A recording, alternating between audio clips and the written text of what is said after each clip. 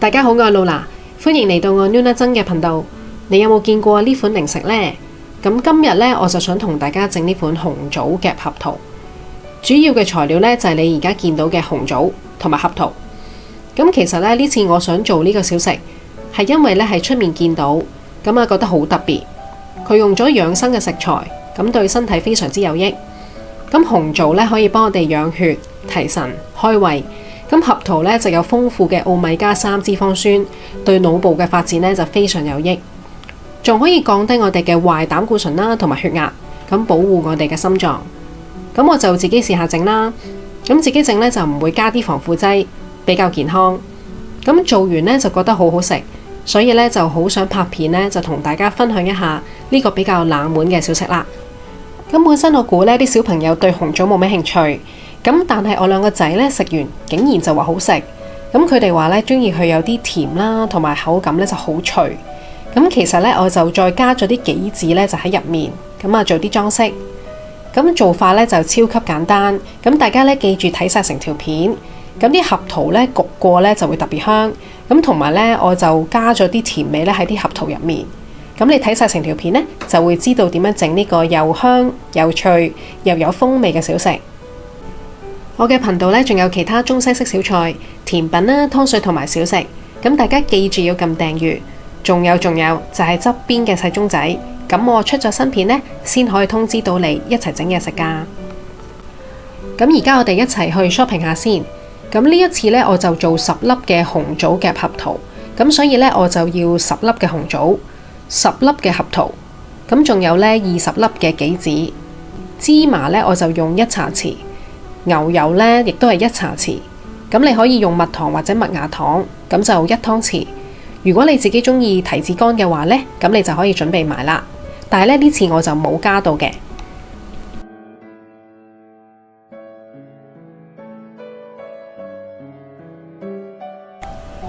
頭先呢，我就將啲紅棗洗乾淨晒，咁而家呢，我就揾咗個小幫手，就係我細仔 Regan。咁佢一雙肥嘟嘟嘅手呢，就會俾大家睇下啲紅棗啦。咁大家買紅棗嘅時候呢，記住紅棗呢就要大過個合桃，因為呢，我哋一陣間呢就會將啲紅棗呢切開2/3，跟住呢就將合桃呢就放入個紅棗入面，咁所以呢，佢要夠大呢，我哋先放得落嘅。我哋呢就將洗好晒嘅紅棗呢就放喺個碟上面，因為呢，一陣間我哋就將個紅棗蒸佢3分鐘，咁我哋呢就攞個計時器啦去校3分鐘，提自己呢就要拎翻出嚟啦。咁啲紅棗蒸一蒸呢，咁等佢軟身啲啦，咁我哋食嘅時候呢，就會覺得軟熟啲，好食好多。咁仲有呢，一陣間我哋將個紅棗切開2/3嘅時候呢，咁亦都會容易啲嘅。咁大家開蓋都要小心啊，因為啲蒸氣好熱㗎。蒸好咗嘅紅棗呢，就拎出嚟啦。咁我哋呢，就用鉸剪垂直咁樣剪開佢2/3，咁記住唔好剪到底啦，如果唔係就爛㗎啦。咁跟住呢，我哋就將紅棗中間嘅核呢就剪走。咁紅棗去核呢，就可以令到佢冇咁燥熱。咁呢個動作呢，就一定要做嘅。咁而家呢，我就一粒一粒咁將佢去核。咁剪好晒嘅紅棗呢，就係咁樣啦。而家可以開火啦。咁我哋攪下合桃個餡先。咁開細火好咯。如果唔係呢，嗰啲材料呢就會俾我哋炒燶咗啦。咁首先呢，我就將啲芝麻就用白鑊啦，即係冇水冇油嘅鑊呢，係爆香佢。如果你中意用黑芝麻呢，都得嘅。跟住呢，我就將啲合桃呢，又係用白鑊去爆香佢。咁如果你有留意到呢，頭先我將炒香咗嘅芝麻呢，係放咗入啲牛油入面嘅。咁而家呢，就將佢全部呢，就同啲合桃就再炒一次。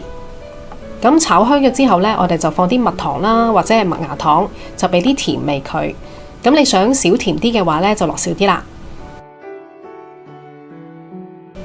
跟住呢，就將洗好咗嘅杞子呢加埋入去。咁杞子呢可以幫我哋明目護眼。咁如果你嘅紅棗夠大嘅話呢，可以放多啲杞子。咁每一粒呢都放多啲杞子嘅話呢，咁明目嘅效果呢就會更加好啦。炒好晒呢，就將佢兜出嚟啦。咁呢個時候呢，我哋要洗乾淨對手，或者呢戴翻膠手套。咁下一步呢，就要將紅棗同埋合桃呢將佢合拼啦。咁你見到呢，我就將啲杞子呢放喺紅棗中間嘅窿度。咁啲杞子呢，之前炒嘅時候呢已經黐晒啲芝麻，咁好香芝麻味啦。咁跟住呢，我哋就再將個合桃呢就加入去，咁樣呢，就整好咗一粒嘅形狀啦。咁我哋慢慢呢，就將每一粒嘅材料呢將佢黐埋一齊。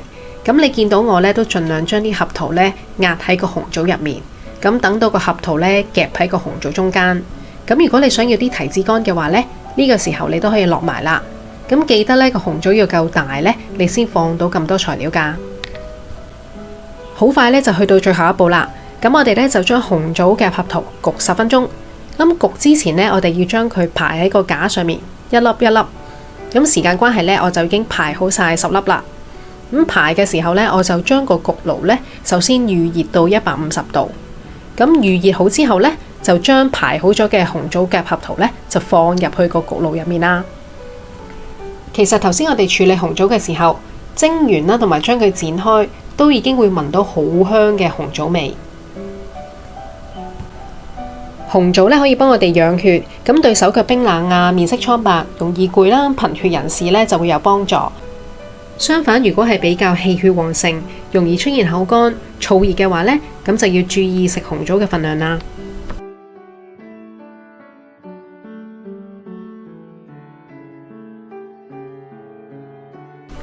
如果你中意食紅棗嘅話呢，可以去睇埋我另一條片，就係雪蓮子鮮百合糖水，好滋潤㗎。仲有一個全部用天然食材去煲嘅10素湯，全部啲渣都好好食，都想推介俾大家。咁可以喺上面撳埋嚟睇下啦。話咁快呢，我哋就已經焗完10分鐘啦，可以拎出嚟。咁每一粒呢都係金黃色，好靚嘅。咁你等佢凍咗之後呢，啲合桃呢就會仲更加脆。咁如果你一次呢就食唔晒嘅話呢，就可以將佢放落保鮮盒入面保存。咁第2日食呢，都仲係好香㗎。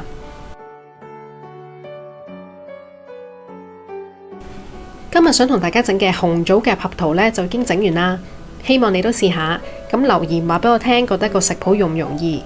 咁大家呢，記住撳訂閱之外呢，最緊要就要撳埋隔離嘅細鐘仔。咁我出咗新片呢，你先會收到。咁我同我嘅助手呢，都好希望得到大家嘅支持。咁下一次再同大家空氣中分享，多謝晒。